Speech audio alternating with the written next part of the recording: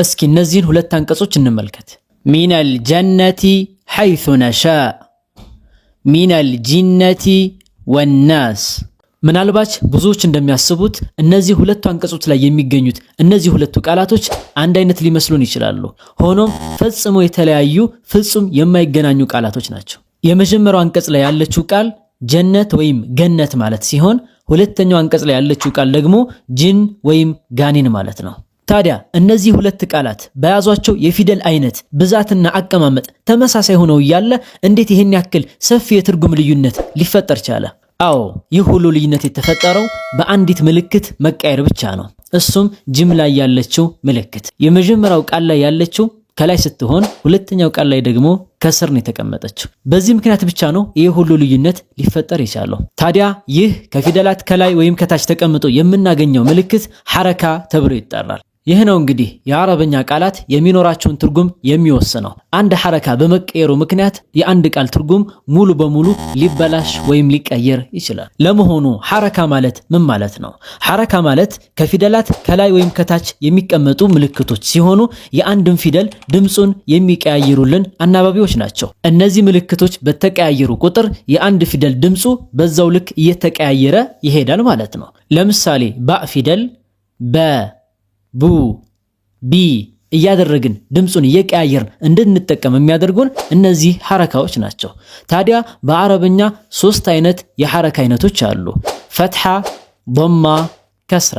ፈትሐ ማለት ከፊደል ከላይ የሚቀመጥ ጋደል ያለ የሰረዝ ምልክት ሲሆን ድምፁም ደግሞ ፊደሉ የአ ድምፅ እንዲኖረው ያደርጋል። ወይም ከአማርኛ ሆሄያት የመጀመሪያ ቤት ድምፅ እንዲኖረው ያደርጋል። ልክ እንደ ሀ፣ ለ፣ ሀ፣ መ፣ ሰራ እንደምንለው ማለት ነው። ለምሳሌ ባ ፊደል ላይ ፈትሐ ስናደርግ በ፣ ጂም ፊደል ላይ ፈትሐ ስናደርግ ጀ፣ ሲን ላይ ሰ፣ ካፍ ላይ ከ፣ ሚም ላይ መ።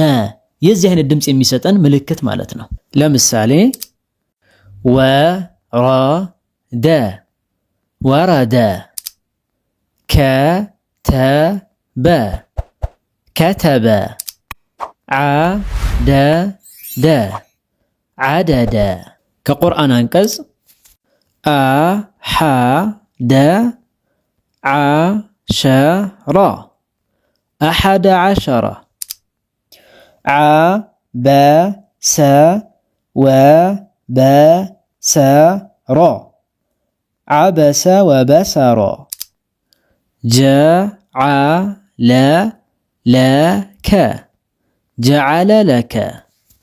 ዶማ ማለት ደግሞ ከፊደል ከላይ የሚቀመጥ የትንሿ የዋው ፊደል ምልክት የሚመስል ቅርጽ ያለው ሲሆን ድምፁም ፊደሉ የኡ ድምፅ እንዲኖረው የሚያደርግ ነው። ወይም ደግሞ በአማርኛ የሁለተኛ ቤት ድምፅ እንዲኖረው ያደርጋል። ልክ እንደ ሁ፣ ሉ፣ ሙ፣ ሱ፣ ሩ የመሳሰለ ማለት ነው። ለምሳሌ ባ ላይ ዶማ ብናደርግ ቡ፣ ጂም ላይ ዶማ ብናደርግ ጁ፣ ሲን ላይ ሱ፣ ካፍ ላይ ኩ፣ ሚም ላይ ሙ የሚል ድምፅ የሚሰጠን ምልክት ማለት ነው።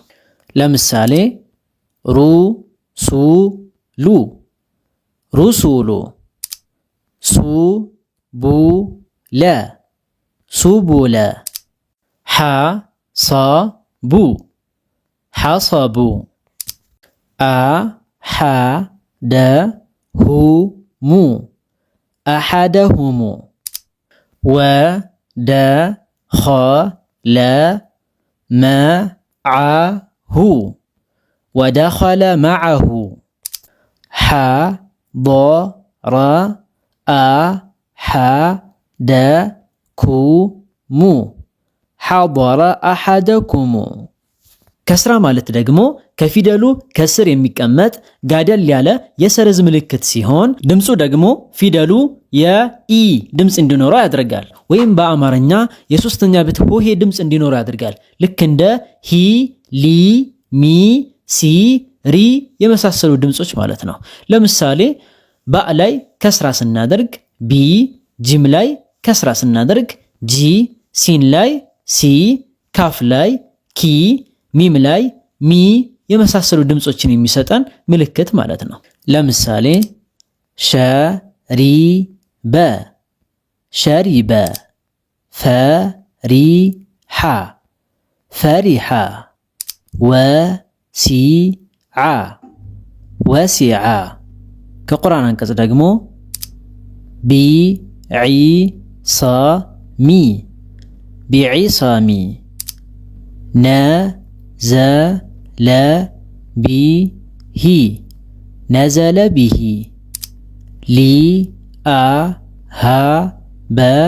ሊአሃበለኪ ሊአሃበለኪ። እስኪ ሶስቱንም ሐረካዎችን የያዙ ቃላቶችን እንመልከት።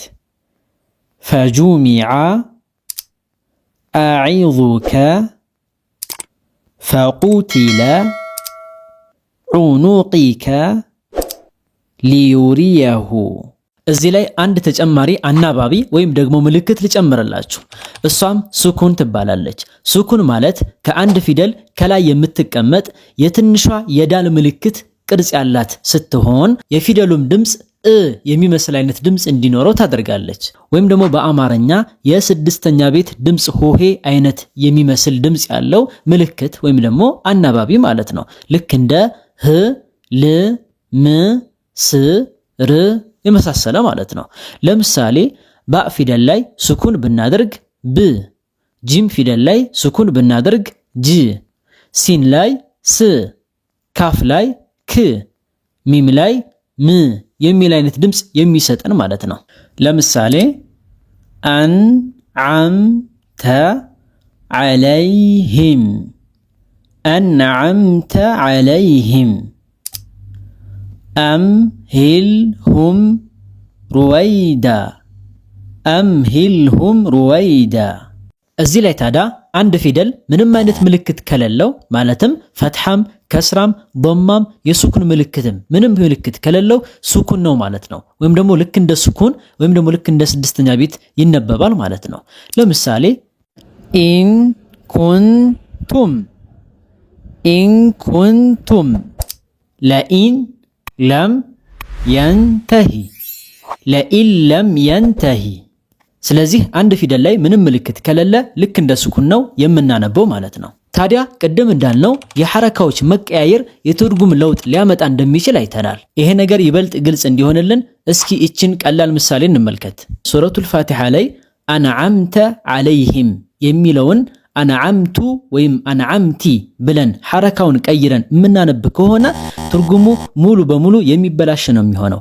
አንዓምተ ዐለይሂም ማለት አንተ አላህ ጸጋህን የዋልክላቸው ማለት ሲሆን አንዓምቱ ከሆነ እኔ ጸጋዬን የዋልኩላቸው ማለት ነው። አንዓምቲ ከሆነ ደግሞ አንቺ ጸጋሽን የዋልሽላቸው ይሆናል። ስለዚህ በዚህ መልኩ ትርጉሙ የተበላሸ ነው የሚሆነው። ስለዚህ በቁርአን ውስጥ አንድን ሐረካ በሌላ ሐረካ ቀይረን ማንበብ ምናልባት የትርጉም ብልሽት ሊያመጣ ስለሚችል በጣም ተጠንቅቀን ማንበብ ይኖርብናል። የዛሬውን ቪዲዮ ከማጠናቀቃችን በፊት እስኪ አንድ ቲፕ ልጨምርላችሁ። እሱም ምንድነው? በአረበኛ ተመሳሳይ የፊደል አቀማመጥ ተመሳሳይ የፊደል ብዛትም ሆነ ቅደም ተከተል ኑሯቸው ነገር ግን በሐረካ ብቻ በመለያየታቸው ምክንያት ትርጉማቸው የሚለያዩ የአረበኛ ቃላቶችን በተወሰነ መልኩ እላካፍላችሁ። ዲን ሃይማኖት ማለት ሲሆን ደይን ዕዳ ማለት ነው። ዓለም ይሄ የምንኖርበት ዓለም ሲሆን ዓሊም አዋቂ ማለት ነው። ዒልም ዕውቀት ማለት ሲሆን ዓለም ምልክት ማለት ነው። ሑብ ውዴታ ወይም ፍቅር ማለት ሲሆን ሐብ ፍሬ ማለት ነው። ሸዕር ጸጉር ማለት ሲሆን ሽዕር ግጥም ማለት ነው። ረጁል ሰው ማለት ሲሆን ሪጅል እግር ማለት ነው። ቢር መልካም ሥራ ማለት ሲሆን ቡር ስንዴ ማለት ነው። ሳናህ ዓመት ማለት ሲሆን ሲናህ ማንገላጀት ማለት ነው። ጀናህ ጀነት ማለት ሲሆን ጂናህ ጅን ወይም ጋኔን ማለት ነው። ጁናህ ጋሻ ማለት ነው። እዚህ ላይ እንዳስተዋልነው እንግዲህ አንድ ሐረካ ብቻ በመቀየሩ ምክንያት ትርጉማቸው እንዴት እንደሚለያይ አይተናል። እስኪ እናንተም ልክ እንደዚሁ አንድ ሐረካ በመቀየሩ ብቻ ትርጉማቸው የሚለያዩ ቃላቶችን በኮሜንት አስፍሩልኝ። በየቀኑ ስለ ቁርአንና ስለ ተጅዊድ የተለያዩ መረጃዎችና ቲፖችን ለመከታተል ኮሜንት ላይ በማስቀመጥላችሁ ሊንክ የቴሌግራም ቻናሌን መከታተል ትችላላችሁ። የዛሬው ቪዲዮአችን ይህን ይመስል ነበረ። ብዙ እንደተጠቀማችሁበት ተስፋ አድርጋለሁ። እንደዛ ከሆነ ደግሞ ለበርካታ ወንድምና እህቶቻችን እንዲደርስላቸው ላይክ እና ሼር ማድረግ እንዳይረሱ። እንዳይረሳ። በቀጣይ በሌሎች ቪዲዮዎች እስክንገናኝ ድረስ መልካም ጊዜ እመኝላችኋለሁ። ወሰላሙ አለይኩም።